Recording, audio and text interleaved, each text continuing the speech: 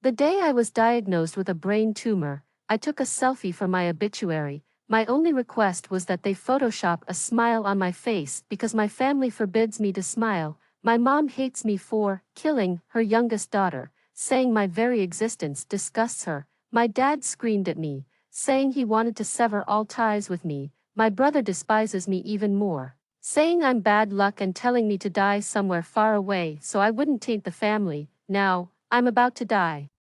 And for the first time, I can finally smile freely. On my 18th birthday, I was diagnosed with brain cancer. After wandering the streets for hours, I walked into a photo studio and took a picture for my obituary. My only condition was that I had to smile. 2 hours later, the guy working on the photos looked troubled, seemingly giving up on perfection, and resignedly said, "Sis, my skills only go this far. I can only make it like this. What do you think?" I glanced at the screen, where my face looked stiff with an awkward smile, and replied emotionlessly, "It's no good, it was so ugly, it was better not to smile at all." The guy had no choice but to call the shop owner, who was sleeping upstairs, to help. "Simon's the best at this, he'll make it look great." I was skeptical, but when I saw my original stiff smile transformed into a soft, pleasant one, with my eyes curving upward in a slight toothy grin, it looked beautiful. I praised him. "You're amazing, Simon." The young shop owner casually took a drag from his cigarette and said, "If you hadn't said those two words with a deadpan face, maybe I'd believe you more." I moved my lips, trying to curve them into a smile, but eventually gave up when I saw the slightly disdainful looks from them. The guy quickly tried to ease the tension, saying, "Such a beautiful photo, make sure to keep it well." I explained, "It's not a passport photo." He casually responded, "Oh, then what's it for?" "For my obituary." "How soon can you print it? When can I come pick it up?" The guy's eyes turned fearful. Simon, who had been about to start a game in his reclining chair, also furrowed his brow and looked at me. He walked over and stopped the guy from starting the printer, silently sizing me up before asking, "You look young, did you just turn 18? I blinked. "Just today." His brow furrowed deeper. "Then why are you taking an obituary photo?" "Because I want to die." I didn't say that to avoid more trouble. I just replied, "This is my personal matter, you only need to tell me when I can pick it up, or when it'll be ready." But it was clear that neither of them was buying it. The guy, afraid I might do something drastic, threatened to make me call my family to check the situation before printing the photo. I was frustrated. How can there still be such nosy, meddling men? I just wanted to leave. But then, I caught sight of the computer screen again, where my photo was still smiling gently at me. I couldn't bring myself to go. I sighed and texted my family group chat, "Family, I just took an obituary photo, could someone call the shop to confirm with them?" The group chat was silent. Half an hour later, my brother sent a message, "Take it down right now, you know what today is. And you still deliberately send something like this. Arya, are you trying to make us unhappy on purpose?" I showed no expression, not wanting to waste any more energy explaining. "I just want to take an obituary photo. Today is also my birthday, but it doesn't really matter. My only birthday wish is to have a good-looking obituary photo. That way, I can die in peace." My brother fell silent for a few minutes, his tone mixed with anger and disappointment. "Only dead people take obituary photos. If you want to take one, then go die." My fingertips froze on the screen, my limbs slowly grew cold. The next moment, a small line appeared in the group chat, "You have been kicked out of the group by the admin." Dad, the store clerk, seeing me staring blankly at the screen for a long time without moving, thought I was zoning out. He walked over and tapped me, about to speak, but stopped when he saw my reddened eyes. I felt annoyed. Crying is so pathetic, yet, I still couldn't control myself after all this time. In front of them, I called my dad again. After 3 attempts, he finally picked up. Before I could speak, his angry, lowered voice came through, "Stop calling, your dad is dead." Then the phone slammed down with a click. The two at the store were momentarily speechless. I shrugged nonchalantly and wiped away the slight moisture from my eyes. "You saw that, right?" After a deep sigh, I tried once more. "I'm 18 now. I have the right to make my own decisions in this matter." Simon stared at me for a few seconds, thinking, "What about your mom? You should call her too." I fell silent. He unconsciously tried to comfort me. Your mom gave birth to you and raised you. As a mother, she can't be that cruel. Though I really didn't want to admit it, he was wrong. My mom won't allow me to have any of her contact information. Her actions were 10 times more cruel than my dad's or my brother's. Perhaps they hadn't expected my situation to be this complicated, but in the end, they agreed to help me. However, before I left, the shop owner Simon seemed to hint. Keep your phone on, come pick it up in 2 weeks. 2 weeks, does it really take that long to make? I was confused. After leaving the photo studio, it was only around 3 or 4 p.m., and I immediately headed to another destination. As dizziness slowly began to set in, my phone in my pocket buzzed twice.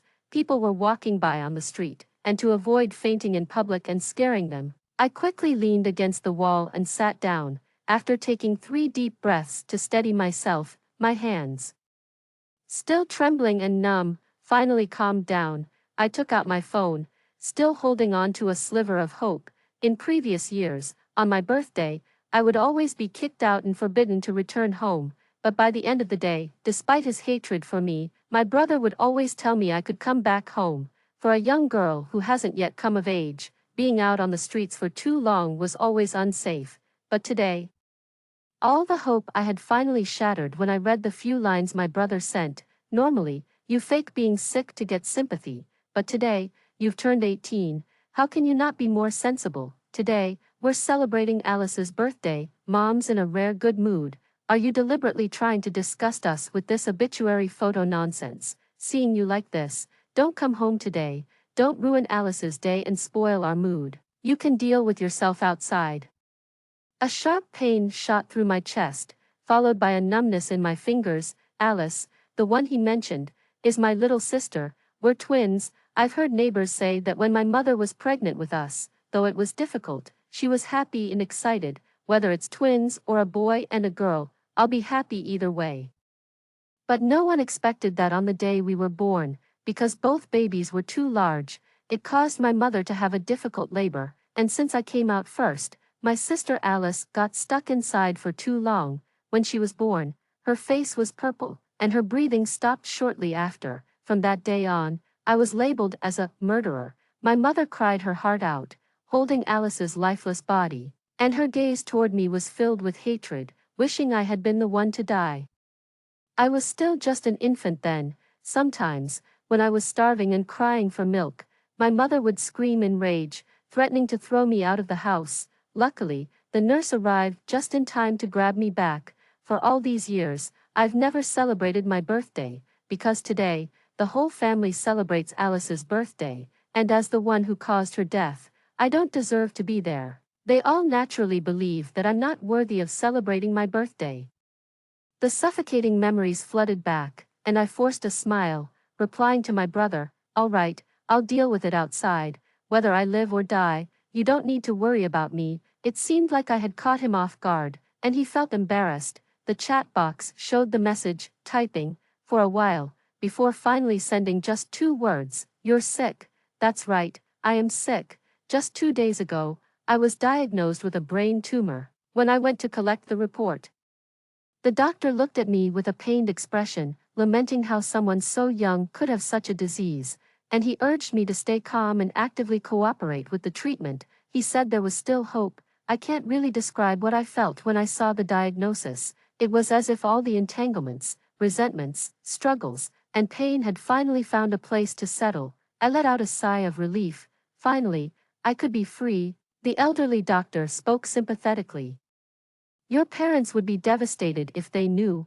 I thought he was overestimating things. In reality, this was not without signs. If my parents or my brother had paid any attention to me, if they had noticed something was wrong and taken me for a checkup sooner, perhaps the disease wouldn't have progressed to its advanced stage. But in their eyes, my memory loss was just me being slow-witted and stupid. My headaches and nausea were said to be me faking illness to gain sympathy.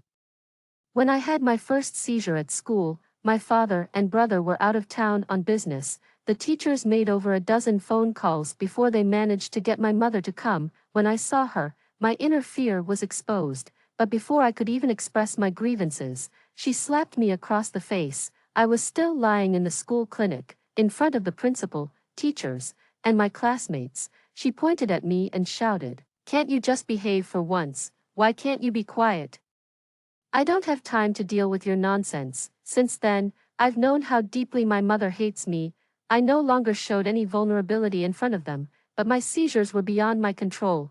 They came without warning. Later, when I had a few seizures at home, my father and brother were about to come check on me, but my mother, sitting at the dining table eating, told them not to bother. They went on eating while I convulsed on the floor. When I finally came to, the living room was pitch black, and my family had already gone to their rooms to sleep. Just like now, my body was once again losing control. In my confused state, I vaguely heard the surrounding noise. Many people were talking, some were calling my name, urging me to wake up. Someone held down my hands and feet, pulling me from the deep sea of struggle and into the light. I opened my eyes, my voice hoarse, and it took a moment to regain my senses. Simon, the owner of the photo studio, was still kneeling beside me. "How did you end up here? What happened to me?" The crowd around us hadn't dispersed, and everyone was looking at me with worried, anxious faces. Sweat was already beading on Simon's forehead, sweat I had never seen on my family's faces.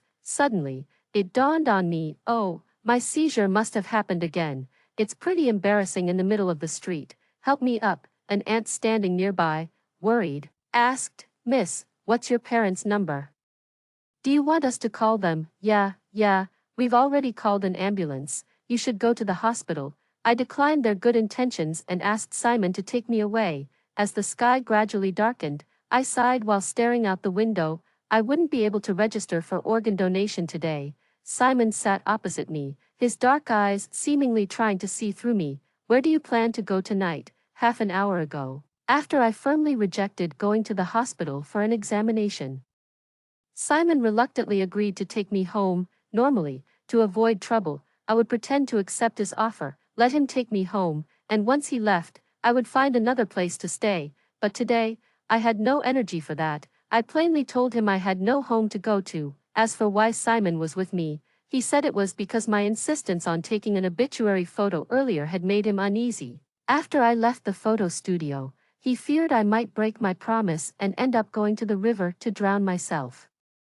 So he followed me from a distance. He didn't expect me to seize up and collapse, so he rushed over to help. I once again showed no emotion and complimented him. "You're really a good person, don't mention it. I was just afraid you might commit suicide, and the police would come asking me first." I forced a smile. "I see." We stayed in the cafe until closing time. Simon asked again what I planned to do. "I'll just find a spot near the Red Cross Society and sit there for the night." He frowned slightly. "Why go there?" "I'm going to register for organ donation tomorrow morning." "Why donate?" "Because I'm afraid my family won't want my body after I die. Even though I'll be gone, I'm still afraid that my body will end up being eaten by stray dogs. That would be truly pitiful." Simon was silent for a moment, then sighed. In the end, he couldn't bear to see me alone and cold in front of some institution, so he grabbed the back of my collar and pulled me back to his home. "If you don't mind, I can offer you a place to sleep." I was taken aback. A single man and a woman. "What are you going to do to me?" He looked slightly disgusted. "Don't worry, I'm not that beastly to do anything to a minor. I'm 18, I just turned 18 today." He halted in his stride. "It's your birthday today." I pouted, my expression suddenly downcast. "Yeah, is that a problem?" "No problem, you're the birthday girl. So for the next 5 minutes, you're the queen." Simon lives with his grandmother. When the old lady saw her grandson bringing a girl home late at night, she was so flustered she didn't know what to do. When she found out it was my 18th birthday, she insisted on making me a bowl of noodles. When the steaming hot noodles were served, I tried to control my trembling hands under the table. That familiar feeling came back, and I felt a sense of helplessness. I silently prayed that I wouldn't have another seizure right now. "Girl, 18 is a good age. After eating this longevity noodle, you'll live a long life." I couldn't hold back the tears. I decided to let them fall, silently trickling down my cheeks, seeing me cry without touching the noodles. Grandma grew a little uneasy and explained, "The bowl and chopsticks are clean. Don't mind them." I just shook my head. Simon teased, "Are you waiting for me to feed you?" I shook my head again. In the end, I had no choice but to pinch my thigh hard to calm myself down. Slowly, my right hand reached for the chopsticks, trying to grab some noodles, but Grandma noticed. "Why are your hands shaking, girl?" A sense of despair washed over me. The overwhelming feeling of powerlessness and the frustration of my body being out of control surged in. Tears kept falling into my noodles. After a strange silence, Simon suddenly laughed and made an excuse for me. "She's just so moved." But in the end, I couldn't finish the bowl of noodles before my brother arrived. "Come with me." "What's wrong with you, running to a man's house at night? Do you have no self-respect?" Louis's face was pale with anger as he grabbed me, trying to drag me away. For years, he had been in business with my father, after spending so much time in the business world. His mere frown exuded a pressure that made people want to kneel and apologize. "Stop." But Simon wasn't afraid of him. He stepped forward, his sharp eyes fixed on Louis as he directly asked, "Do you even know your sister is sick? You're dragging her so roughly. Can't you see how pale and weak she looks?" Louis furrowed his brow in silence, then turned to look at me. In the pale moonlight, sweat was dripping from my forehead. My breath was labored, and my whole body was trembling. It was clearly not normal, but he still insisted, smiling confidently. "She's sick 8 days out of 10. She's good at playing this kind of game, so she can deceive people like you." Simon's expression froze. He stepped forward, trying to stop Louis from taking me away. My nose and eyes were smeared with tears and snot, and I looked at Simon with pleading eyes, shaking my head. He was a good person. He didn't need to get involved in this mess. Louis's eyes filled with smugness as he shot Simon a harsh look and turned to leave. "Come on, follow me." I turned back, casting one last glance at Simon and his grandmother at the door, and at the half-eaten bowl of noodles on the table. I sighed. I probably wouldn't have anyone celebrate my birthday so seriously again in this lifetime. How regretful. Simon shouted at the door. "Arya, I'll make you another bowl of longevity noodles next time, next life." That night, after midnight, I finally stepped into my home. Ironically, they were celebrating the birthday of a dead child with such grandeur. The entire house was decorated with colorful balloons, streamers, a 2-layer cake, and gifts piled on the couch, all for a baby's new clothes. The attention was so high, it almost felt like I was the dead Alice. I had once tried to earn some love from Alice, only to be criticized and attacked to the point of exhaustion. I had been foolish to think I could. Mom's in Alice's room. "You can go in yourself. I'll come get you in an hour." The living room was terrifyingly quiet. The only sound came from the room on the left, where occasional muffled sobs of a woman could be heard. Louis's tone softened a bit, a rarity for him. I numbly glanced at him and walked into the room. On the anniversary of Alice's death, my mother's emotions became more extreme than usual. Sometimes, it even led her to self-harm, to prevent her from hurting herself.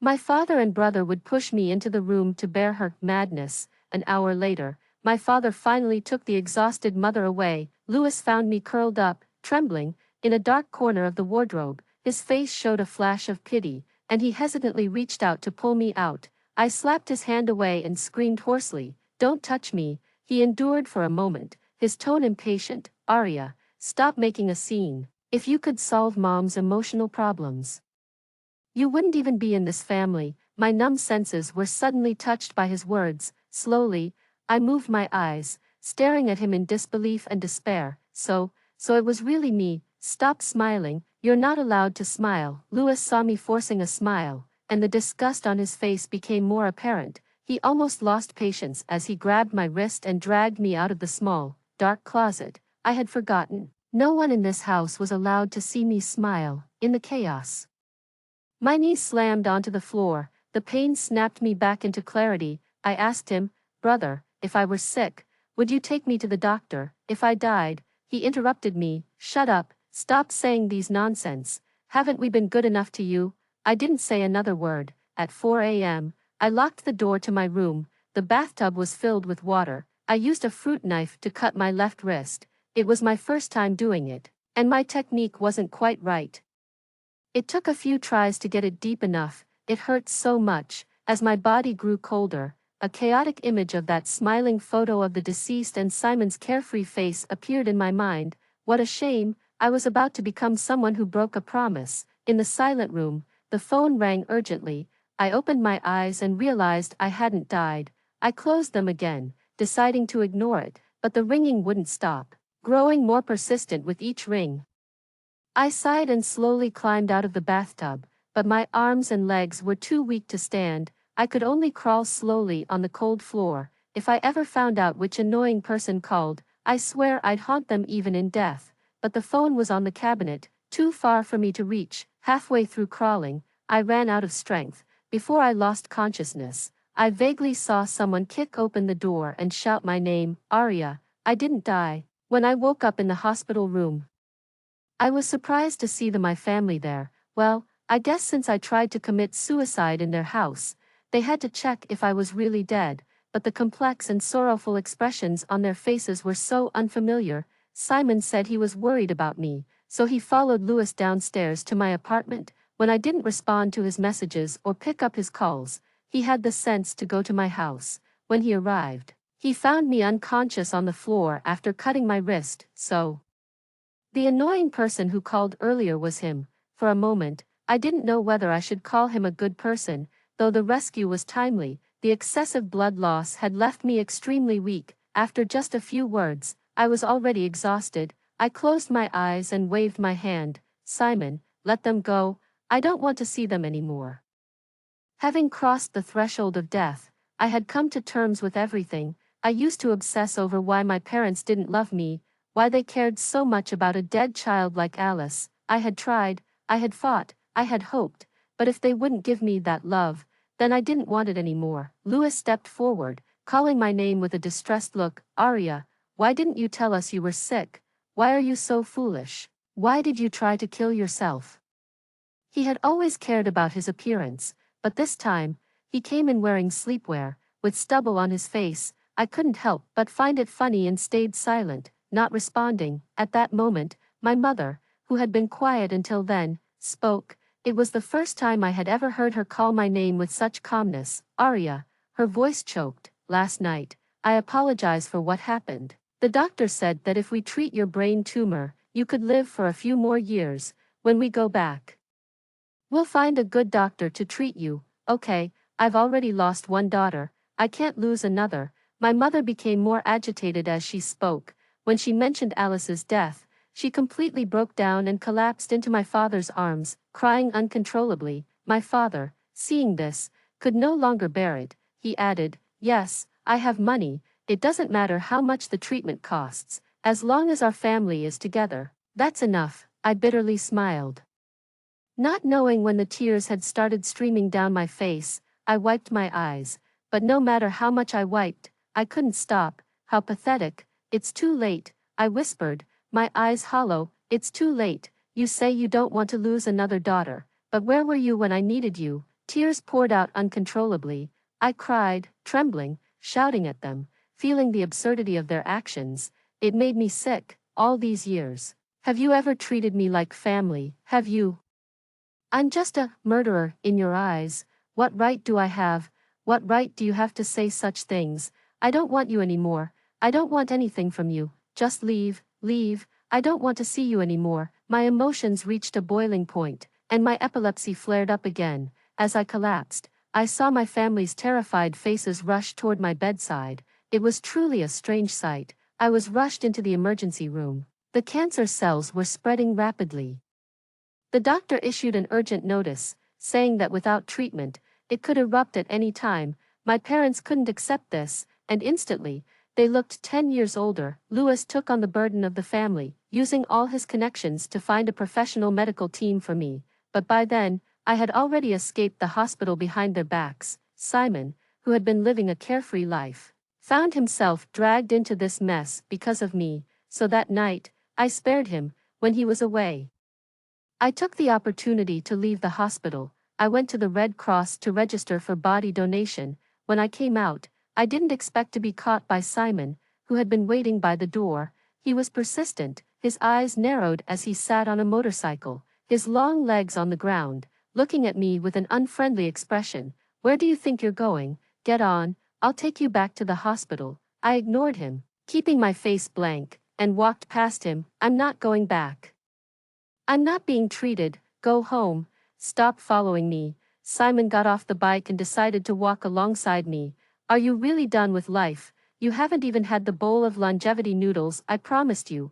Are you trying to make me feel guilty? It's a pity. My grandmother always talks about you. You're such an ungrateful girl. I slowly stopped walking, my eyes red. I pretended to be strong, saying, lead the way. I'm only doing this for my grandmother's sake. For the first time, I felt warmth from a stranger who was not blood related to me. I had felt the kindness of a family member from an unfamiliar old lady, but all good things must come to an end. After putting down my chopsticks, I was about to say goodbye to them when Simon spoke again. There's a new arcade nearby. Do you want to go play? I was speechless. Simon was too crafty. I could never outmaneuver him. After the arcade, he took me for ice cream. After we finished, he asked if I wanted to go to the beach to chase the sunset. Before I knew it, I was already sitting behind him on his motorcycle, speeding along the coastal road. The sky was starting to show the sunset at 4 or 5 in the afternoon, and the wind blowing in my ears took away my fear. In front of us, the vast orange sunset stretched across the horizon where the sea met the sky. It was magnificent, beautiful, and sorrowful. I knew that I would never see such a beautiful scene again.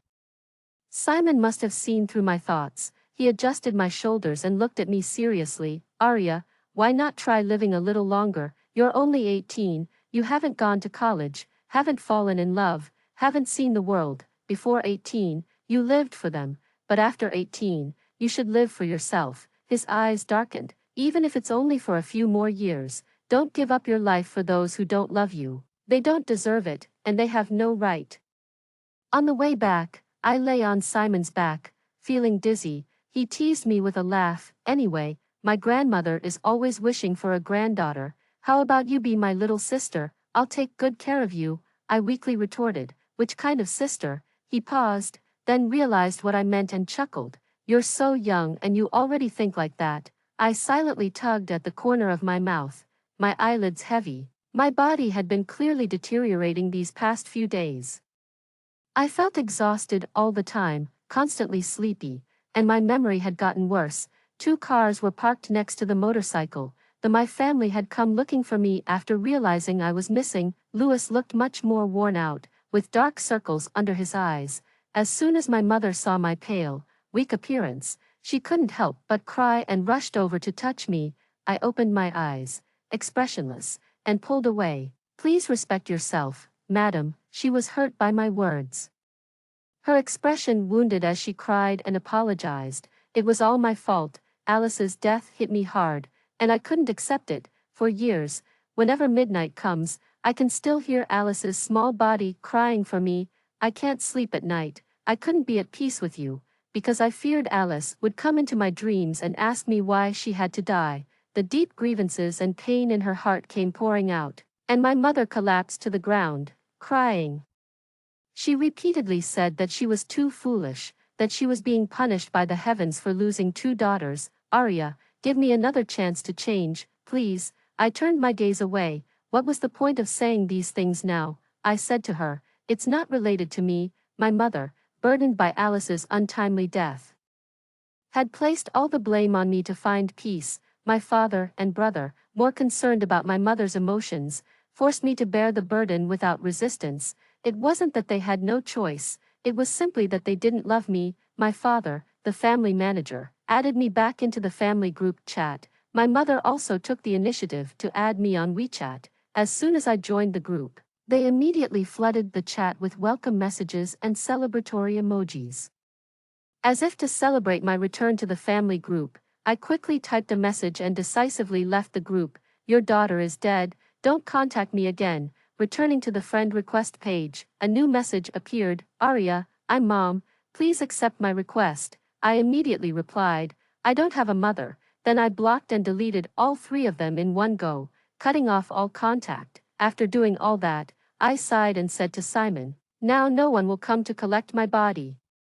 Good thing I registered for body donation earlier. Simon flicked my forehead lightly. Am I not a person? I started chemotherapy, I admit. Simon's words had moved me. I was 18 that year, just finished the college entrance exams. My grades weren't great, but I could still go to university, and if I were lucky, I might even meet an outstanding guy and fall in love. I just didn't know if Simon would break my legs first. Because of the treatment, I had to shave my head.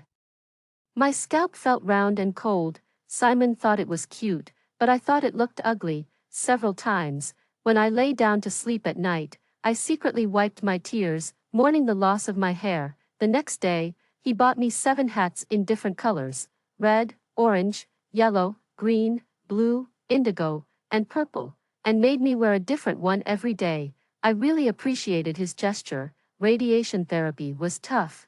I spent most of my days in a daze, constantly sleeping. And I left the hospital room less and less. I lost weight rapidly, becoming so thin that Simon teased me, saying I was too slim. I gave a half-hearted smile as he praised me for smiling more. "You look better than the photoshopped ones." I asked him about the progress of my posthumous photo. He evasively told me that the guy at the store had gone on vacation and that it would be delayed. "You liar." Since I had blocked all contact with my family, they no longer dared to provoke me. They knew I didn't want to see them, so they only cooked meals and waited outside my hospital room every day, but I never let them in. One afternoon, as the alarm sounded and I was rushed to the operating room, the doctor's face was grave. A critical condition notice was issued. My mother, losing all composure, knelt in front of the operating room door, repeatedly praying for me not to be in danger. She held a protective charm that they had gone all night to get from a temple in a neighboring city. My father knelt next to her, and Louis, looking lost, stood by, no longer carrying the confident air he once had. I don't know how, but my soul seemed to float out of the operating room. Seeing this scene, there was no ripple of emotion in my heart. I searched around for Simon, and eventually found him in the fire escape stairwell. His face was solemn. A stark contrast to the usual carefree attitude he had when he was with me. He was holding a cigarette between his fingers, but he wasn't smoking it, letting it burn quietly, so, he was also afraid I might die. In his other hand, he was holding something, repeatedly looking at it. I leaned closer, slightly stunned. It was my posthumous photo, made into a tiny inch-sized version. It wasn't in black and white as I had imagined, but in vivid, bright, saturated colors. In the photo, I looked radiant and beautiful. Before I was 18, my life had been as dull and oppressive as a funeral photo, but now, I realized that my life could have been this bright, this dazzling, this full of light. When I floated back into the hallway, I saw a familiar face. It was my second-year class teacher, Ms. Kathy. She had been on her way to get water and had overheard my name being mentioned. When she saw my parents, and then noticed the surgery room light on, she understood everything. From her, they learned more about me. Aria is a solitary child. She never smiled at school. Not only did her classmates avoid her, but some teachers didn't like her either. They even privately called her the Stoic. I only understood her after getting to know her better, and it all goes back to you, as her parents. Do you know that she, on several occasions, went up to the rooftop of the teaching building without any warning? She would sit there for hours. Everyone thought she was going to jump off the building, and the police and firefighters had to come. Several times, I called you to come to the school and talk about Aria's psychological problems, but each time, you either said she was just playing around or made excuses about work and never came. Even when she had episodes at school, you never came. Well, you did once. Ms. Kathy suddenly pointed at my mother, who was crying and nearly fainting. You slapped her once. She sighed deeply. Honestly, is this how you parents act? Stop, please, just stop. It's our fault. All of it is our fault. We owe Aria an apology. My father, clutching his head, cried bitterly, unable to bear any more blows. Louis, struggling with guilt, kept trying to console them. Eventually, a nurse came over to warn the family not to make noise, and the scene became chaotic. The entire summer, I underwent chemotherapy 3 times, each session lasting 3 to 5 days.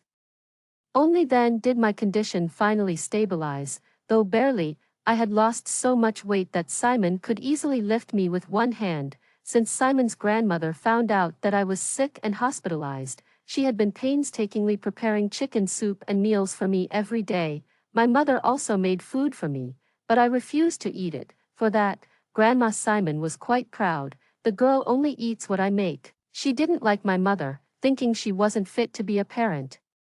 What good would an apology do now? Could a single apology undo the harm caused over these 18 years? Grandma's old. Please tell her not to come every day with food. I'm worried she'll wear herself out. The food was actually delicious, but my mouth was bitter, and I couldn't taste anything. Simon raised an eyebrow. I've tried talking to her, but she won't listen. A wave of discomfort began to rise in my stomach. I frowned, slowly swallowing the food in my mouth, and quietly said, "Can you go ask the nurse when I can be discharged?" Simon didn't think much of it and nodded before heading out. Once he left, the nausea hit me like a wave, and before I could even grab the trash can from under the bed, everything I had just eaten came up. I asked, the nurse said. Simon's voice abruptly stopped. I remained motionless by the edge of the bed, and he looked down at the mess on the floor. Immediately understanding, he expertly grabbed some cleaning supplies and began tidying up. "You were purposely trying to get rid of me, weren't you?" I didn't move. He gently lifted me, noticing my tear-streaked face. With a helpless and somewhat amused expression, he said, "Why are you crying?" I was sobbing uncontrollably. I made the floor dirty. I wanted to throw up in the trash can, but I didn't make it in time. "I'm really useless, I'm sorry." He gently wiped my face with a tissue. "If you really feel sorry, don't push me away next time, okay?" On the day I was discharged, Simon wrapped me up tightly. Louis, along with his parents, was waiting at the hospital entrance, holding bouquets and fruit baskets. As soon as we stepped out, they carefully approached and asked if I could come back home with them. "We've cleared everything related to Alice, and we've cleaned your room. Come home with Mom and Dad." "Aria," I frowned. "You went into my room?" "Yes." At those words, everyone was reminded of the time I had tried to slit my wrists in that room. "Then you must have seen the letter I left, cutting ties with you." On the night I had decided to end it all, I had left them that letter. It was my way of severing the relationship, in a way. It was my final act of not dying. Louis's mother looked shocked and confused, clearly not understanding what I was referring to. Only Louis turned pale, clearly having kept this from them. I couldn't be bothered to pursue it or argue anymore. "I've told you, your daughter is dead. Don't come bother my life anymore. I really, truly, don't want to see you again." Louis, overwhelmed by my resolute attitude, shouted after me, "Aria, what will it take for you to forgive us?" I slowly turned around, speaking each word clearly. "I will never forgive you." When a person is shattered once, there is still hope, but when they are shattered repeatedly, there is no longer any expectation. The university I applied to was local, and I was enrolled in the program for modern mortuary science and management, commonly known as embalming. I hadn't told anyone about this. It wasn't until Simon accompanied me for my enrollment that he learned about it. Aren't you going to ask why? Though it was still autumn, my classmates wore nothing but thin jackets, while I had already put on a knitted hat and scarf. I blinked and looked at Simon. Knowing that this profession was generally seen as unpopular and met with opposition by most people, Simon smiled. "Actually, I wanted to ask, do you want to talk about it? What's there to hide?" I first became aware of the profession of an embalmer after being verbally attacked by others. In my family, my mother wouldn't let me smile because she saw me as a murderer, believing that my smile hurt her eyes. My father also forbade me from smiling, telling me to be sensible and not upset her. My brother hated me, saying I only ever had a cold expression that brought bad luck. Because of this, my classmates gave me various nicknames: stoic, faceless freak, little monster. "You should just become an embalmer and deal with dead people, since you never smile anyway." I walked slowly beside Simon on the campus path, feeling the rare sense of ease from the lively atmosphere around us. Later, I really did look up the profession. I continued. "Honestly, at first, I was scared, but then I thought, since I'm going to die anyway, I realized there's nothing to be afraid of with the dead, and besides, if I don't smile, no one will call me a freak anymore." Simon interrupted me for the first time, his tone serious. "Smiling is everyone's right. If you want to, you can smile anytime." I didn't argue with him, only letting my eyes narrow slightly. A faint smile forming on my face. Now, I think this profession has its greatness. Everyone will die. Embalmers are the angels who help the deceased travel to the afterlife with dignity, and if I'm lucky, without realizing it, we had reached the administrative building. I looked up at the grand, imposing structure and spoke deeply. I will become one of those angels. Side story. Simon's perspective. The day after Aria's midterm exams ended in her first year of college, she hurried back home, excited. It was my 26th birthday. And she said that since I celebrated her 18th birthday, she couldn't possibly miss celebrating the first birthday I would have after we met. The weather had begun to cool down by then. Aria's body had always been weak, and even though she wrapped herself up tightly from head to toe, her palms were still ice cold. It took quite a while before I could warm them up enough. She insisted on cooking me longevity noodles herself. This little troublemaker, did she not know how frail her body was? After just a little movement, she was already feeling exhausted. In the end, I made 3 bowls of noodles. Grandma sat on the reclining chair, laughing and watching us mess around. Aria said she hadn't had such delicious noodles in a long time and had missed this taste while she was at school. She smiled and said she would come back once a week from now on, lest she stay away for too long and lose her own room. Don't worry, your room is being personally supervised by Grandma. No one dares to touch it. Eventually, she got tired and began to lose strength as she spoke. She finally fell asleep right on the table. Grandma, fondly teasing, said she looked like a little piglet, eating her fill and then falling asleep. But she slept for a long, long time, long enough that Grandma started feeling something was wrong. No matter how she tried to wake her, she couldn't. Trembling, she asked me, Simon, what's wrong with Aria? The noodles in the bowl had already gone cold. I stared at Aria's peaceful and serene face for a long while before I slowly spoke. She's just too tired, Grandma, let her sleep. The day I received the news of Aria's death, my family could hardly accept it. They were adamant about taking her body back for the funeral, but I refused. The Red Cross had sent specialists to take her body away. That man, Louis, tried to argue with them. It was then I learned that Aria had donated her body. Her parents found out, and both of them collapsed to the floor. Aria was so cruel, she didn't even leave her body for us. Louis completely broke down, muttering to himself continuously. I stopped paying attention to them and returned to the shop. I still hadn't printed that photo. It felt unlucky. This time, I printed it myself, in color. I didn't give it to my family. I kept it at home. In the days that followed, I fell back into my routine, dividing my time between home and the shop. But I heard that Lou's mother seemed to have lost her mind, becoming increasingly erratic. She would run to the street every day, grabbing people and asking if they had seen her daughter, the one who didn't smile, the one named Aria. Eventually, she was sent to a psychiatric hospital by Lou and his father. One afternoon, I was lying in the rocking chair, playing a game. A gust of wind blew, causing the bell hanging at the door to ring. I looked up, and for a moment, I was reminded of a question Aria had once asked me. Aria, Simon, I'm just a stranger to you, just one of many customers. Why did you keep following me that day? Me, you might have forgotten, but I've never forgotten. On that day, she had been about to leave, but then she suddenly turned back. The bell at the door had jingled. The way you looked at me that day, standing at the door, made me feel like you were asking for help. That's all the story. What do you think of this story? Share with me in the comments section. Looking forward to hearing from you. If you liked this story, don't forget to like it, share it, and subscribe to my channel. See you next time.